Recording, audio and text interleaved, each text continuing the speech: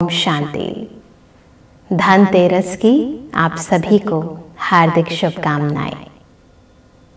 दीपावली परसों ही है, तो सभी ने तैयारियां तो शुरू बहुत पहले से कर ली होंगी, और आज के दिन तो विशेष तौर पर सभी मार्केट जाते हैं और घर में नए बर्तन या सोने चांदी का सामान ज़रूर खरीदते हैं।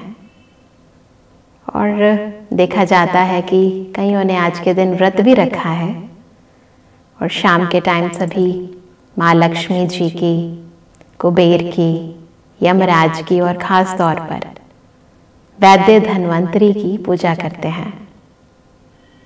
और माना जाता है कि आज के दिन वैद्य धन्वंतरी जी का जन्म हुआ था। जब समुद्र मंथन किया गया तो उस समय वैद्य धन्वंतरी जी प्रकट हुए थे और उनके हाथ में अमृत कलश था। वैद्य धन्वंतरी जी को चिकित्सा पद्धति का जनक, आयुर्वेद का जनक माना जाता है। और अभी तो इंडियन गवर्नमेंट ने आज के दिन को नेशनल आयुर्वेदिक डे के रूप में भी डिक्लेयर कर दिया है, तो सभी लोग इसको ऐसे भी सेलिब्रेट करते हैं। तो इस दिवस की मान्यता आज के दौर में और प्राचीन काल के रूप से भी देखा जाए, आध्यात्मिक रूप से भी देखा जाए तो बहुत व्यापक है। और खास तौर पर धनतेरस, कई लोग पूछ रहे थे कि धनतेरस नाम क्यों है, क्योंकि ये पर्व जो है वो कार्तिक मास की कृष्ण पक्ष की त्रयोदशी पर मनाई जाती है, इसलिए त्रयोदशी के कारण धनतेरस है। कई लोगों की ये भी मान्यता है कि आज के दिन यदि आप धन जो है परमात्मा को अर्पित करते हैं कलश में डालकर, तो उस धन में 13 गुना वृद्धि होती है, इसलिए भी इसे धनतेरस कहा जाता है। तो विभिन्न मान्यताएं हैं, परंतु वास्तविकता क्या है ये बात बहुत समझने की है, क्योंकि हर बात का लॉजिकल और आध्यात्मिक रूप होता है। इसीलिए त्योहारों की मान्यता कुछ व्यक्ति विशेष के लिए नहीं होती, किसी विशेष जाति, संप्रदाय व धर्म के लिए नहीं होती, अपितु संपूर्ण मनुष्य सृष्टि में उमंग, उत्साह, खुशियां लाने का द्योतक होते हैं ये त्योहार। इनके पीछे छिपे हुए यदि आध्यात्मिक भाव को हम समझ जाएं, तो जो प्राप्ति हमें 1-2 दिन के लिए होती है वो हर दिन के लिए हो जाए। तो धनतेरस के पीछे भी बहुत सारी कथाएं हैं। विशेष तौर पर हम देखते हैं कि जो कथा हमने अभी थोड़ी देर पहले बताई कि आज के दिन वैद्य धन्वंतरी जी अमृत कलश लेकर, है ना, सागर मंथन के अंदर से प्रकट हुए थे। तो वैद्य धन्वंतरी जी को विष्णु जी का अंश भी माना जाता है। और जब हम बात करते हैं अमृत कलश की, तो कोई ऐसा जल नहीं होता जिसे पीने के बाद मनुष्य आत्मा अमर हो जाए, परंतु वास्तविकता में परमपिता परमात्मा हम सभी को ज्ञान अमृत देते हैं। और ज्ञान अमृत यानी वो ज्ञान जो हमें ये बताता है कि हम नश्वर देह नहीं, अपितु अजर अमर अविनाशी आत्मा है। इस ज्ञान को हम सुनते हैं क्योंकि श्रीमद् भगवद गीता में भी ये लिखा गया है, परंतु इसको धारण क्यों नहीं कर पाते? क्योंकि जो कलश है हमारा बुद्धि रूपी कलश, वो पवित्र नहीं है। तो स्थूल रूप में तो हम सभी नया बर्तन खरीदते हैं, परंतु अपने बुद्धि रूपी बर्तन को भी स्वच्छ करना, पवित्र करना, नया बनाना, वो बहुत जरूरी है।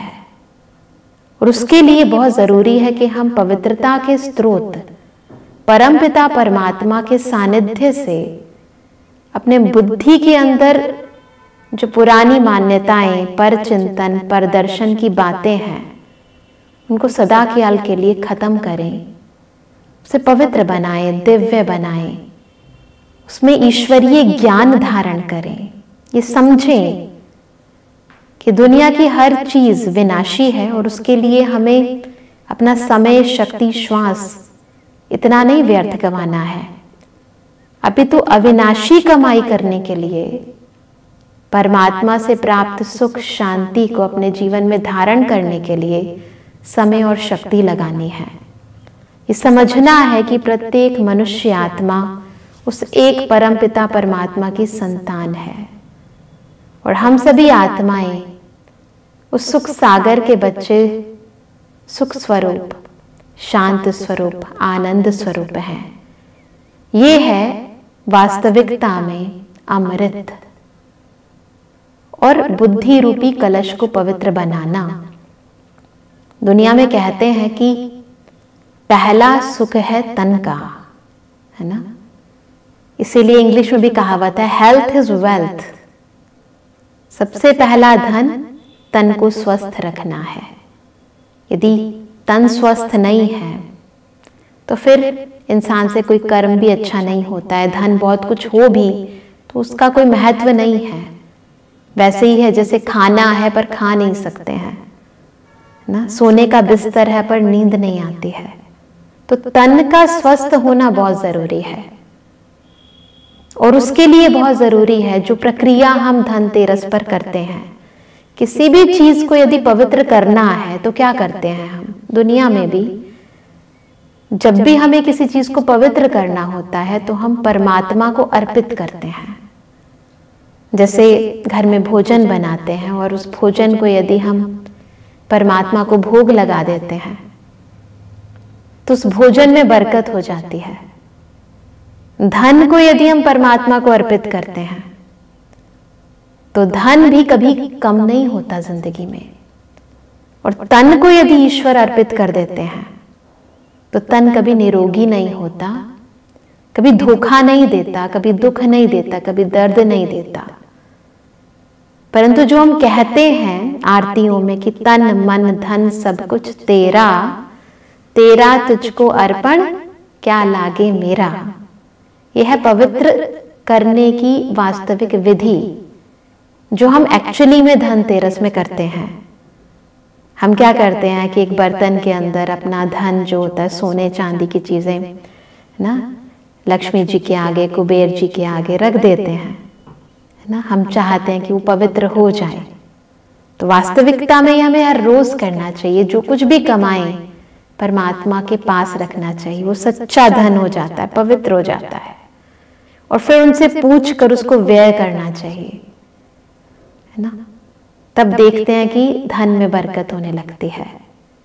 रोज भोजन खाने से पूर्व केवल उस दिन नहीं कि हम उस दिन हम परमात्मा को अर्पित करें भोजन, परंतु रोज परमात्मा को अर्पित करके भोजन स्वीकार करना चाहिए।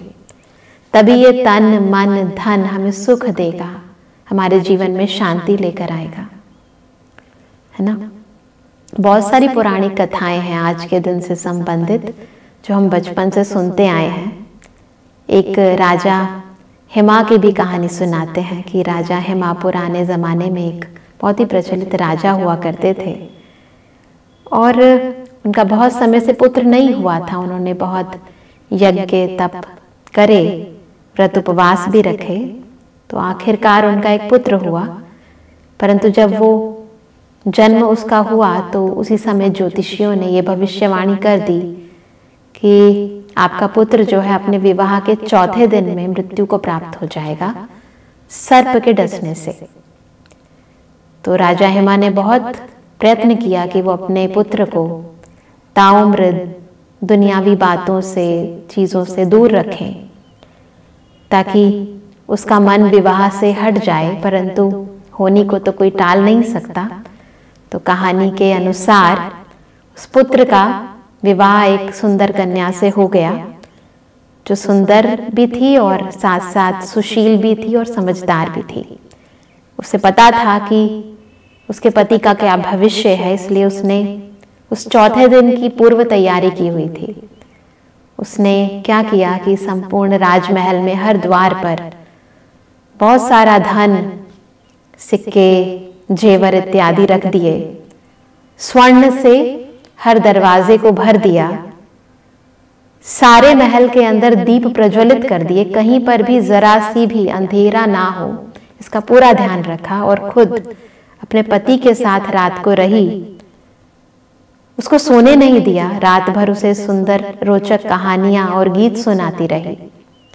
और कहा गया है कि कहानी के अंदर कि यमराज सर्प के रूप में आए, हर द्वार से उन्होंने आने का प्रयत्न किया, परंतु हर जगह इतनी रोशनी थी, क्योंकि सर्प तो अधिकतर अंधकार में ही जाता है ना, तो रोशनी थी तो वो जा नहीं पाया।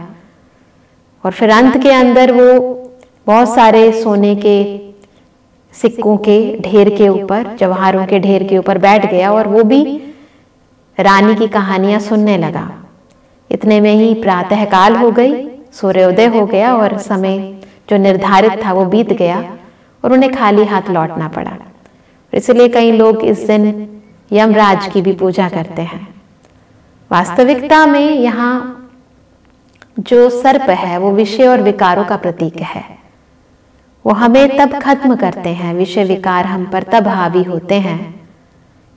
ये विकृत भावनाएं हमारे जीवन का नाश तब करती हैं जब जीवन में अज्ञान अंधेरा होता है। परंतु यदि जीवन में ज्ञान प्रकाश है, स्वर्ण सत्यता का प्रतीक है, पवित्रता का प्रतीक है, तो यदि जीवन में सत्यता है, पवित्रता है, दिव्यता है ना, इसकी चकाचौंध है, रोशनी है, प्रकाश है, ज्ञान का प्रकाश है कि मैं अजर अमर अविनाशी आत्मा हूं, तो कभी भी काल, अकाले मृत्यु जिसे कहते, काल असमय हमें खा नहीं सकता है। तो चिरंजीवी भव का वरदान इस दिन हम प्राप्त कर सकते हैं यदि आत्मिक ज्योत जगाकर रखें, अपने जीवन में सत्यता और पवित्रता का संचार करें। तो ये बहुत ही सुंदर प्रेरणादायक कथा है ना, जो कथाकार ने बनाई है, उसे हमें समझने की जरूरत है। साथ ही एक और रोचक कथा हमारे शास्त्रों में लिखी गई है। बताया जाता है कि इस दिन एक बारी श्री नारायण जी स्वर्ग को छोड़कर मृत्यु लोक आने लगे और लक्ष्मी जी ने कहा कि मैं भी आपके साथ आना चाहती हूँ। उन्होंने उन्हें मना किया, परंतु लक्ष्मी जी ने कहा कि नहीं, मैं जाना चाहती हूँ। तो उन्होंने कहा कि ठीक है, आप मेरे साथ आइए, परंतु मेरी एक बात आपको माननी पड़ेगी कि जब मैं नीचे दक्षिण दिशा की ओर जाऊं तो आपको मेरे पीछे नहीं आना है। लक्ष्मी जी मान गई और जब वो धरती लोक पर पहुंचे और विष्णु जी दक्षिण दिशा की ओर गए तो लक्ष्मी जी से रहा नहीं गया। उत्सुकता के कारण वो दक्षिण दिशा की ओर मुड़ गई और उस ओर जाने लगी जहां उन्होंने देखा एक बहुत बड़ा खेत है जहां सरसों की खेती हो रही है। वो पीले पीले फूल उन्हें बहुत भा गए। उन्होंने तोड़कर उन्होंने अपनी साज सज्जा करना आरंभ कर दिया। थोड़ी और आगे बढ़ी तो गन्ने का खेत था। गन्ना तोड़कर वो गन्ने भी चूसने लगी और उसके उपरांत विष्णु जी यानी नारायण जी वहां प्रकट हुए और उन्होंने लक्ष्मी जी को देखा और कहा कि मैंने तुम्हें मना किया था और फिर भी तुमने ये किया और किसान की चोरी कर ली। तो कहते हैं कहानी के अनुसार कि उस समय नारायण जी ने उन्हें श्राप दे दिया और ये श्राप दिया कि जिस किसान की आपने चोरी की है उस किसान के यहाँ आपको 12 वर्ष तक सेवा करनी होगी। और तदुपरांत लक्ष्मी जी किसान की सेविका बन गई और किसान का जीवन बदल गया। वो एक ही दिन के अंदर गरीब से अमीर हो गया, धन धान्य संपदा से जीवन उसका खुशहाल हो गया, किसी भी चीज की कमी नहीं थी क्योंकि स्वयं श्री लक्ष्मी जी का वास उसके घर पर था। आनंदमय जीवन हो गया उसका। परंतु 12 वर्ष के उपरांत जब विष्णु जी साधारण वेश धारण करके पुनः उसके घर पर आए तो किसान ने मना कर दिया कि मैं तो उन्हें छुट्टी नहीं दूंगा। तो तब श्री नारायण जी ने अपना वास्तविक परिचय और लक्ष्मी जी का परिचय बताया कि लक्ष्मी जी तो कहीं टिकती नहीं है, चंचला है, परंतु मेरे श्राप के कारण आपके यहाँ 12 वर्ष तक रही थी। तब किसान के आग्रह पर कहानी में बताया जाता है कि लक्ष्मी जी ने कहा कि प्रत्येक वर्ष कार्तिक मास की कृष्ण पक्ष की त्रयोदशी पर यदि घर को स्वच्छ करके तुम मेरा आह्वान करोगे, मेरी पूजा अर्चना करोगे, तो पूरे वर्ष तुम्हारा घर, तुम्हारा जीवन सदा संपन्न रहेगा, कभी किसी चीज की कमी नहीं होगी, मेरा वास सदा रहेगा।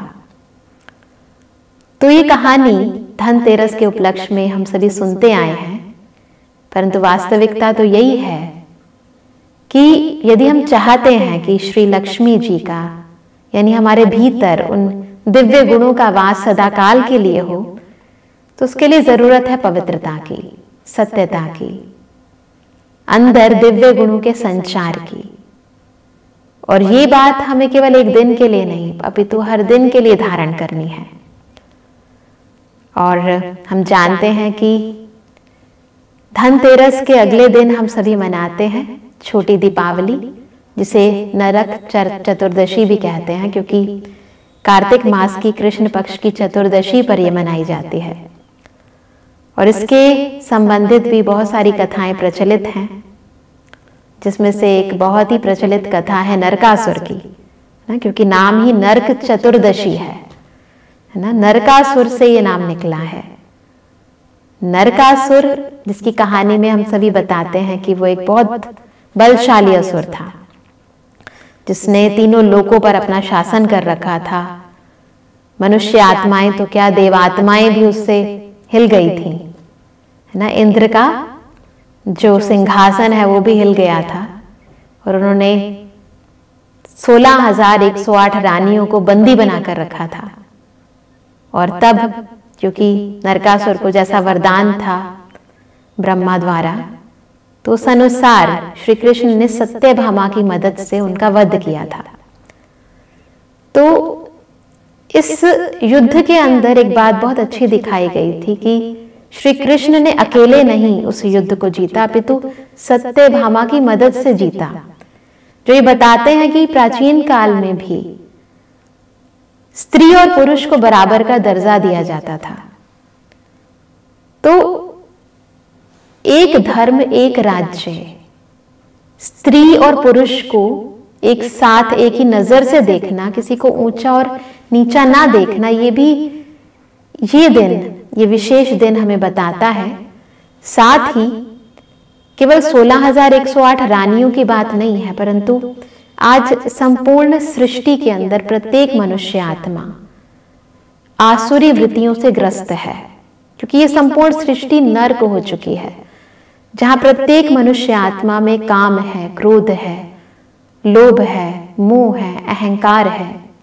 ऐसे में स्वयं परमपिता परमात्मा शिव ना, शिव शक्ति के रूप में, यानी माताओं और कन्याओं के साथ मिलकर एक बहुत दिव्य कर्तव्य संपूर्ण सृष्टि पर कर रहे हैं। और संपूर्ण सृष्टि के अंदर सर्व मनुष्य आत्माओं को इन विकारों के बंधन से छुड़ा रहे हैं। और जब हम आत्माएं इन विकृतियों से छूट जाती हैं, कैसे छूटती हैं? शिव से शक्ति लेकर छूटती हैं। और तब इस संसार के अंदर सच्ची स्वतंत्रता आती है। एक ऐसा समय आता है जहां प्रत्येक मनुष्य आत्मा जीवन मुक्त होती है, यानी जीवन तो होता है, परंतु विषय विकारों से, दुखों से, दर्दों से प्रत्येक मनुष्य आत्मा मुक्त होती है, यानी नरकासुर के जंजीरों से मुक्त होती है। तो कहानी है, कथा है, परंतु उसके पीछे जो आध्यात्मिक भाव है वो ये है कि हमें स्वयं को इन आसुरी वृत्तियों से सदाकाल के लिए छुड़ाना है, इन बंधनों से सदाकाल के लिए मुक्त होना है। यदि ये हम कर लेते हैं तो आत्मा का दीपक जग जाता है। इसीलिए दिखाते हैं कि नरक चतुर्दशी पर चतुर्मुख जो दीवा है वो दक्षिण दिशा की ओर जलाया जाता है, क्योंकि जब मनुष्य आत्माएं वाम मार्ग में जाती हैं द्वापर से, है ना, तो दक्षिण दिशा अपोजिट दिशा मानी जाती है। तो आत्मा अपने को आत्मा नहीं देह समझती है, देह भान में आ जाती है, तब दीवे की जरूरत होती है, यानी आत्मज्योत जगाने की जरूरत होती है। तब परमात्मा हमें स्मृति दिलाते हैं कि हम देह नहीं अपितु इस देह से अलग चेतन ज्योति अजर अमर अविनाशी आत्मा है। सत्य स्वरूप में हम शांत हैं, सुखी हैं, आनंदित हैं, प्रेम स्वरूप हैं। तो क्यों ना इस त्योहार को हम आध्यात्मिक रीति मनाएं और एक दो दिन की नहीं अपितु प्रत्येक दिन की दीपावली मनाएं, प्रत्येक दिन धनतेरस हो, छोटी दिवाली हो। आइए थोड़ी देर के लिए हम इस अनुभव को अपने भीतर समाएं। मन को सब बातों से बिल्कुल डिटैच करें, एकदम शांत महसूस करें। इस देह में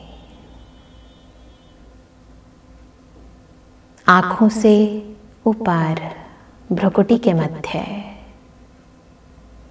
मैं चेतन ज्योति चमक रही हूं।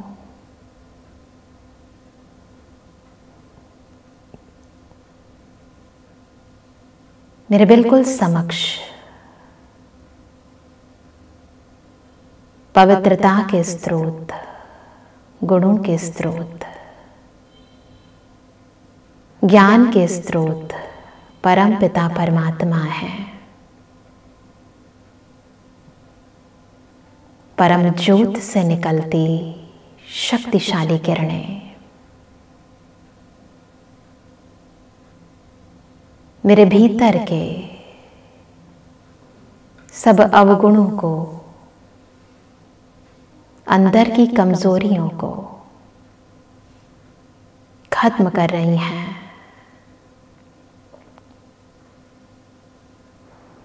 गुण सागर की दिव्य गुण रूपी किरणें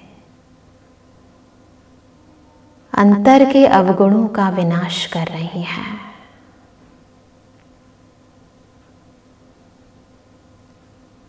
पवित्रता के सागर की पवित्र किरणें मन, बुद्धि, संस्कारों को, तन को, धन को, मन को पावन, निरोगी बना रही हैं। फील करें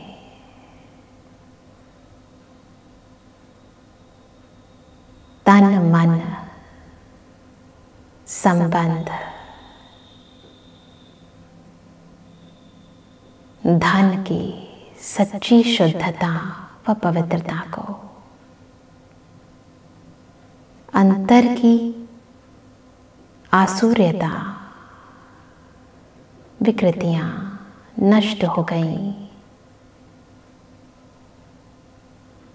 अंतर की ज्योति सदाकाल के लिए जग गई।